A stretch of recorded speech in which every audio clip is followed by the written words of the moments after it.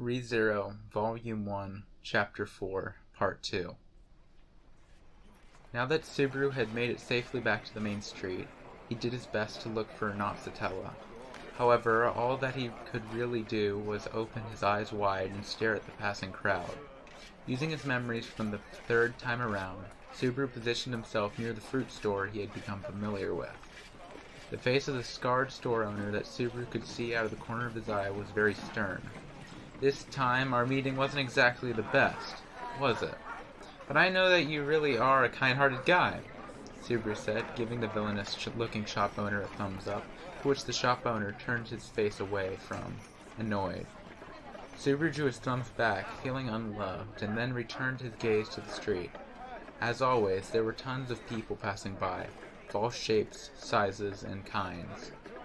It had been over 10 minutes since Subaru had started his lookout, and it had already been nearly an hour since he had started his fourth run. I'm not sure if I can trust my sense of time, but it would be strange if the theft hasn't happened yet, said Subaru to himself when an anxious thought crossed his mind. Hey, old man! What is it, Mr. Penniless? When the shop owner came out in front of his store and looked at Subaru, he had already given up trying to hide how annoyed he was. Well, it is true that I'm penniless, so I won't deny that, but... Old man, I've got something I'd like to ask you. Have you seen any sort of commotion happen around here lately? You've got guts asking me that question without buying anything. Oh, I know that, but last time... Wait. As Subaru was talking, he realized why the shop owner was in such a bad mood. The first time around, when Subaru and Natsatella had visited the fruit shop together, they had met again with the shop owner's daughter. She hadn't been saved yet this time around. How could I have forgotten about that?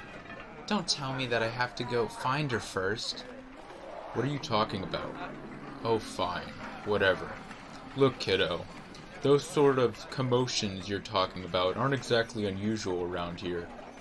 I'm glad you answered my question, but are you serious? Now that Subaru thought about it, the loot cellar was filled with things stolen from all over the capital. If there were that many thefts occurring, it spoke volumes about the level of security in the capital. Does this mean I've completely run out of options? However, the most recent commotion wasn't the usual fare. Someone was using magic and shot off 2 or 3 blasts of it. Just look. The shop owner leaned forwards and pointed to a stall about 4 spaces to the left. When Subaru followed with his gaze, he saw that right beside that stall was an alleyway, and there were a few holes gouged out of the wall leading into it. Oh, wow. There were some icicle-shaped things that were used like arrows, and one of them struck inside that wall. It disappeared immediately afterwards, though. Each of the 4 holes was a little bigger than a quarter. Since they were able to make a hole like that in a stone wall, Subaru shivered to think what would happen if they hit a person. This magic looks like it was on a different scale from the first time I saw it. I wonder if Natsatella is a little more upset than usual this time. If Subaru approached her without thinking, he might be the one on the receiving end of that magic. Subaru felt a cold sweat form on his brow. But if that's the case, then I was too late this time as well. The theft had already taken place. It was going to be difficult for Subaru to meet up with Natsatella on his own. In other words, what he should shoot for now was... I need to try to meet up with Felt. If possible, I need to try to catch her before she enters the loot cellar. And then I'll exchange my cell phone for the badge, but... Given that was a place at which he had already been killed twice, Subaru wanted to avoid the loot cellar as much as he could. If I go too late, then it'll be what happened the first time all over again. However, if I go and meet up with Rom and wait for Felt, then I'll end up repeating what happened the second time around. What was the most important was Felt's location. Right now, Felt was probably being chased around the capital by Natsatella. If he could, Subaru wanted to meet up with her before she arrived at the loot cellar. Maybe I could just rely on my return by death and use this time just to gather information? While that seemed like a viable option, Subaru shook his head and quickly rejected that plan. This was something he realized after experiencing death 3 times, but every time it was incredibly painful. He didn't want to experience something like that ever again. Subaru was anxious about relying on his return by death power when he didn't know how or why it worked. say Subaru decided to throw away this fourth time around by watching things unfold with the intention of dying afterwards so he could reset everything. What if when he did that, his return by death didn't activate because he had run out of the number of times he could use it? No one would be laughing at that end. In the end, I've really got to cling to life as long as I can. Well, I suppose that goes without saying, though. After making his decision, Subaru twisted around to stretch his body. The shop owner didn't seem too pleased as Subaru did his radio exercises in front of his store, but as Subaru finished and was jogging in place, he waved back at him. I don't know why you suddenly decided to help me, but thanks, old man. It's no big deal. Just a little while ago, another penniless person like yourself helped my little girl out, you see. As he listened to the shop owner's reply, Subaru first was surprised and then burst out laughing. Oh, the power of fate. No matter how troubled the shop owner's little girl was, someone was going to save her. Just knowing that made Subaru feel that it was worth coming here. Alright, I'm really gonna get going now. Next time I'll buy one of your apples for sure. Well, if you do, you'll be a customer, and I'll welcome you. Work hard, Mr. Penniless, the shop owner said in a monotone voice. Gotcha. I really am praying that the next time I come back here will be with money in my hands, I tell you, said Subaru as he left running. Subaru's destination was the slums, but this time in a different direction from the loot cellar. If he headed towards the loot cellar, he was sure to raise a couple bad flags, so this time he was going to try a different route.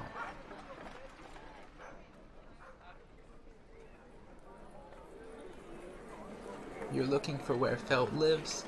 If you just take this road over there until it turns into another street, you should be able to find it. Thanks, you really helped me out, brother. No problem, brother. You, live strong and take care of yourself out there, okay? The middle-aged man Subaru was talking to smiled at him weakly as he disappeared behind a creaking door. Throughout their entire conversation, the look of pity on the man's face never once disappeared from his awkward smile. Subaru tightened his fist, happy that his plan was working. It was a strategy I formed after my experiences from the first and second times in the slums. But I never imagined it would work this well, Subaru said, shaking the sleeve of his tracksuit, which was caked in dried mud. In order to help him track down Felt, the brilliant plan he'd thought of after arriving at the slums was to make himself look as down and out and destitute as possible. The first time around, when Subaru visited the slums with Satella, Subaru had not long before been beaten up by Dumb, Dumber, and Dumbest. Because of that, most of the slum's inhabitants had pitied him and been fairly cooperative. The second time, however, when Subaru hadn't taken as much damage, people gave him a comparatively cold reception. The difference was like night and day, so remembering that, Subaru made himself look so bad he had risked overdoing it. Well, I did step in the poop of who knows what kind of animal after all. Anyways, I think I've pinned down where Felt sleeps, but the problem is whether she'll come back here or not before she goes to the loot cellar. Fortunately, of the 4 people he was able to get information from, all of their answers about the location of Felt's living place matched up. However, Subaru thought the chances of her coming back to it were about 50-50. There was also the possibility that she did not want to risk having her place found out by returning there while she was being chased. Well, sitting around and worrying about it won't help me at all, so let's stop worrying, okay? No sense in worrying about things that can't be helped. This is where Subaru's decisiveness shone. As he continued to scrape off more caked mud from his shoes, Subaru dashed off deeper into the slums. It was dark as ever, and there were puddles of who knows what here and there that Subaru had to jump over to avoid. But just as he was doing so, he almost ran right into somebody who suddenly appeared. Subaru was able to turn just in time and hit his back against the wall of the alley, giving off a grunt as he lost his breath. Oh, I'm sorry about that. Are you alright? Don't worry. I'm actually a pretty sturdy fellow. Oh! As he was trying to play himself off as tough, Subaru looked up, and when he realized who he was looking at, his sentence trailed off and ended in a high-pitched squeal. After hearing Subaru's voice like that, the black-haired woman laughed softly. What a funny guy. Are you sure you're alright? She said, lifting her hair back behind her ear. Even that simple motion was somehow sexy, and Subaru reaffirmed the belief inside himself that every move this woman made was extremely erotic. She was definitely someone Subaru did not want to meet again. It was the woman who had cut open his abdomen and spilled his guts. Twice. It was Elsa. You don't have to act so scared. Won't do anything to you. I'm not scared, okay? Why would you think that? You smell, replied Elsa, seeing past Subaru's empty attempts to seem tough as she slowly narrowed her eyes as part of a beautiful smile. Smell? Thought Subaru, confused, but Elsa just breathed in, through her beautifully formed nose. When people are afraid, they smell afraid. Right now you are afraid. And also, it seems that me. Elsa seemed to be having fun revealing what Subaru was thinking. As she looked up at him, Subaru answered with silence and a false smile, taking deep breaths and doing his best to control the quickening pace of his heart. As Subaru went silent, Elsa narrowed her eyes like a snake. While Subaru felt pinned down by her stare, at the very least he would not be so weak as to look away. Elsa licked her lips in response to Subaru's empty display of strength. I can't say I'm not curious, but fine. I can't risk causing a fuss right now. That doesn't sound very nice. If you scare people too much, your beauty's gonna be put to waste, you know? Well, don't you have a way with words? If you could better hide the animosity you have for me, I might have been impressed. Elsa took her finger and gently pushed on his forehead, and Subaru's frozen body loosened up. As Subaru gasped and heaved, trying to get his breath back, Elsa put her finger to her lips. Well then, I'll be going now. I have a feeling we'll meet again. If the next time we meet is in a bright place with lots of people around, I'll be able to relax too, said Subaru cynically, but it was all he could do just to get that out. Elsa gave a longing smile as if she didn't want to leave Subaru just yet, but turned back around with her black robe fluttering as she melted back into the darkness. After Subaru watched Elsa literally vanish from sight, he leaned up against the wall, feeling like he had run a mile.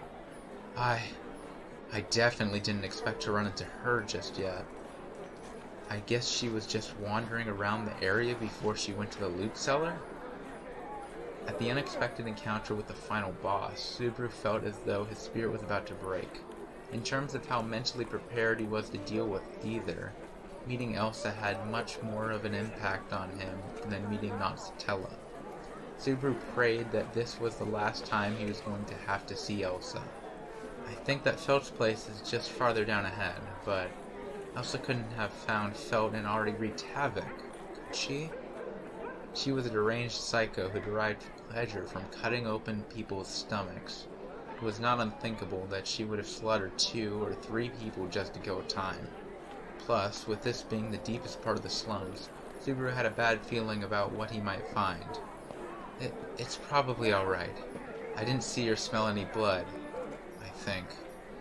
Given the stench of rotten garbage that filled the alley, it would be impossible to discern the smell of blood, and it was so dark that Subaru wasn't sure he'd be able to see traces of blood if they were there. But it was probably okay. Surely it was. So Subaru hoped at least. About 5 minutes after his encounter with Elsa, Subaru reached a dilapidated shack. With the information I was given, I think this is it, but does this really count as a living space? Said Subaru, confused, as he stood in front of the wooden plank that was serving as a door to the shack. The inside of the shack was about the size of 2 portable toilets, the kind used at construction sites. It was as though someone took the phrase, "You only need half a tatami mat for standing and a full one for sleeping," to heart. Well, I suppose if it's just a place to sleep, then it fits the description. However, the thought that such a small girl was living in a place like this made Subaru feel pity for her. He supposed he could forgive her for being so obsessed with money. So she's living out her life here, huddling her already small body into an even smaller space. I guess it's no surprise she'd turn out as twisted as she is. Ah, how pitiable. How pitiable is she? Oh, come on. It's not that bad. Just who do you think you are, kid, belittling my place? Just as Subaru was entering his pitying mode, he heard a voice behind him and turned around. There, in front of him, glaring at him, was the little blonde figure of Felt. The way she looked was not particularly different from the other times they had met. If anything, she looked a little dirtier than before, but that seemed like the result of her getaway being quite a bit more rough on her than last time. What's with you looking at me like that with those pitying eyes? You underestimating me just because I'm a girl and I'm a little bit filthy? I think you're reading the wrong emotion there, but I'm just glad I found you. While Felt didn't even try to hide how irritated she was, Subaru subconsciously relaxed his shoulders in a sense of relief. Subaru was genuinely happy to meet up with her again. He was worried about what might have happened after his near-miss incident with Elsa, but in the end, things seemed to be looking for the better, rather than the worse. In response to what Subaru said, Felt replied, "Oh, so you're a customer." She breathed out her nose, pleased with herself. "The fact that you came here means you've got business with me, right? From the way you look, it's clear that you're not from around here." "Oh, you're quick to see that I'm not really one of you. Good eyes there." "The people around here would at least take a little bit more care about the way they look. You're trying way too hard. Plus, the way you're trying to fool us with that dirty trick of yours, you look like you're even worse a person than I am." As always, this girl really knows how to be insulting, doesn't she? Subaru thought, quickly wanting to take back everything he'd said about pitying her. "So what do you want? If you want something stolen, I'll need the money first. Depending on who the target is, I may ask for more later, though." "If I want something stolen, huh? This is quite a business you're running here. Are you really that proud of your thievery?" "It's called making a living. If I don't do this, I'd have to sell my body. Anyway, so what's it gonna be? Or do you have some other business for me? Depending on your answer," said Felt quickly, moving her fingers as if showing off her dexterity. In her hand was a small knife that appeared as suddenly as if it had been summoned by magic. It was clear that she meant to show that she could defend herself. If Subaru had to fight Felt, given both her dexterity and the fact that she had a knife, he had no chance of winning. But Subaru had no intention of fighting. He lifted up his pointer finger and shook it left and right while clicking his tongue, as Felt continued to be on guard. "I only have one item of business to discuss with you. I would like to buy from you that badge you stole." Having come this far, Subaru thought that being indirect or trying to dodge the topic would just worsen Felt's impression of him. There was also the fact that Elsa was still wandering around the area, so Subaru wanted to dive right into the negotiations. However, Felt put her hand over her chest where it was likely she was holding the badge. "How do you know that I stole a badge? The only person who should know that is the one who hired me, and I only stole it just a little while ago. This is way too quick a response for you to just heard about it on the street." "When you put it that way, yeah? That's a good point. That was too careless, even for me, right?" "You really need to do a better job of hiding your intent, kid. A little taunt like that, and you're already spilling the beans?" As Subaru held his head in his hands at his mistake, Felt looked as though she had lost the heart to keep up her hostility. Felt dropped to her knees so that she was eye level with Subaru. "So you want to buy this badge off me, huh? What are you trying to do? You can't be on the same side as that woman, right? Is she your rival or something?" "More like arch enemy, maybe? Like how you'd feel if she killed your parents, or rather if she killed you." "What are you talking about?" "Well, whatever. I don't really care about that." As Subaru was trying to figure out how he was going to talk his way out of this one, Felt just laughed. She then took the dragon-adorned badge out from her breast pocket and waved it in front of Subaru. "I'll sell this to whoever can offer me a higher price, even if there's a chance that woman will be angry if I break off our deal." "Yeah, there's definitely a possibility she'll just snap, but anyways, I'm just talking to myself. You can ignore me." Subaru cleared his throat and put on a serious face. "So does this mean you'll hear me out?" "Only if it looks like there's money in it for me. That's obvious, right?" "Sounds good to me. I prepared an item that is worth more than 20 blessed gold coins, and I would like to buy your badge with it." Felt's ears perked up, and her red eyes narrowed like a cat's. It looked as though she was trying not to appear shaken, but if she had a tail, it would be twitching back and forth, so Subaru could not help but smile. "Huh, I see. That's quite a price. It looks like my hard work's finally gonna pay off. But unfortunately for you, your rival has already offered me the same amount, you know?" "Cut the crap. The deal was for 10 blessed gold coins, right? You get too greedy and you'll die." No, like seriously. In actuality, it was pretty clear that was why she died the first time. Cause of death? Greed. With Subaru having gotten the price right, Felt must have thought she couldn't play it off anymore. After staring wide-eyed at him for a few moments, Felt lightly scratched the side of her head. What, you know that much too? Yeah, okay.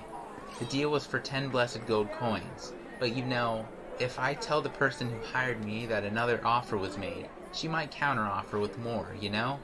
That one's not a lie, you know? Felt, 13 or 14-year-old, added, curling the edges of her mouth. You really are sly, aren't you?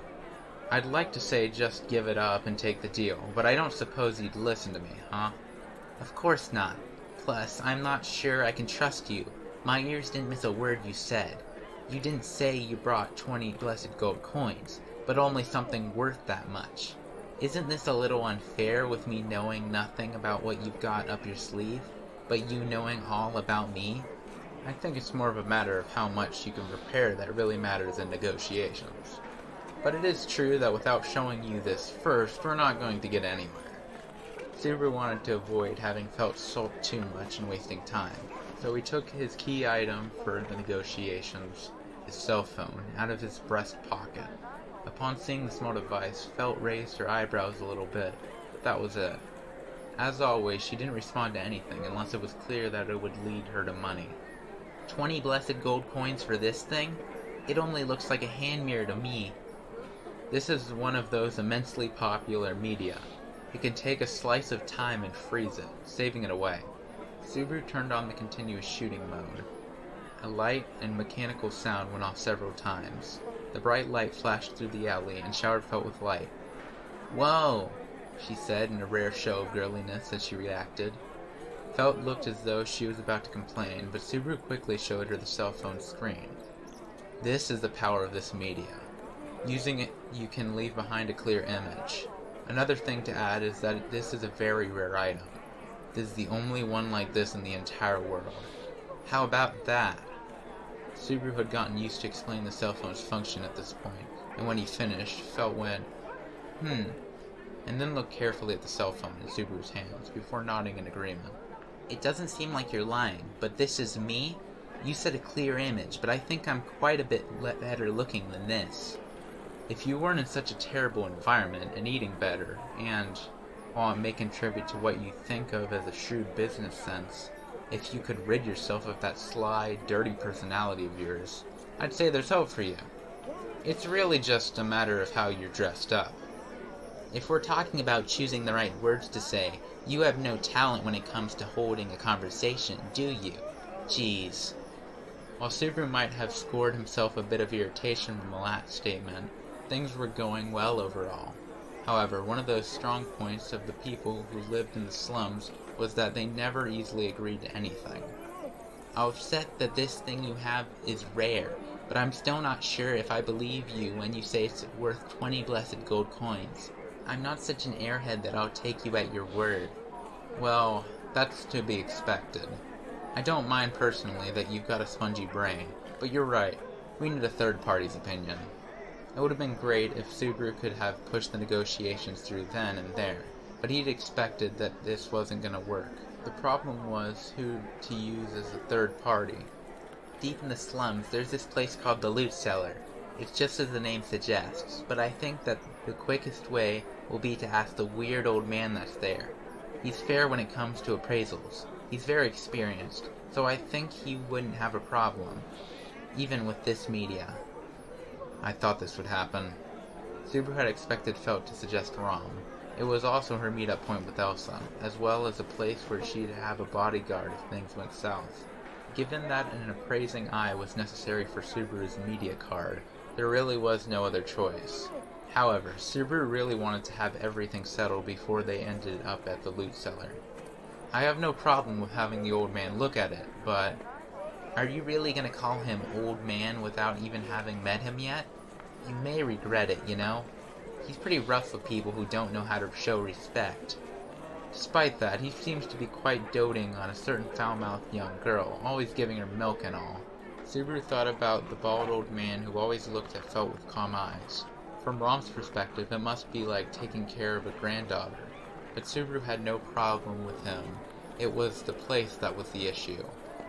I don't know what you seem to have a problem with, but if you're in such a hurry, we should go ahead and get going to the loot cellar. To be honest, there was something else I was planning on doing, but... Planning on doing? Well, you see, the person I stole this badge from is a lot more persistent than I thought, so I thought I'd try to sabotage her a bit. After all, you give the guys hanging around a little money, and they'll do anything for you. Alright, let's get going immediately. Right now, let's go, go, go! Subaru pushed on Felt's back as she started walking and hurried her along towards the loot cellar. What's with you?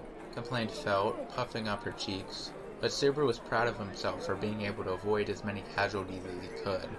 A little cash was way too low a price to offer for anyone to stand in Nosatella's way when she was in a hurry. If the alternative was getting hit with a block of ice and squirming on the ground, Subaru was sure they'd rather clutch their hungry stomachs instead. My only condition is that we have the old man take a look, settle the deal quickly, and then get straight out of there. Why are you in such a hurry, kid? You're all sweaty, you know? Live strong and take care of yourself. Everyone seems to say that, but is that like the slogan of the slums?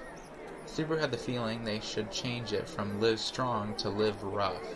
As Subaru put that thought behind him, he made his way with Felt to the loot cellar for the third time in total this fourth time around. He would leave immediately. He would dash right out of there, even if he had to leave everyone else behind. Having made his decision, Subaru pushed harder on the back of Felt in front of him. That hurts! Ow! Said Subaru as he was kicked.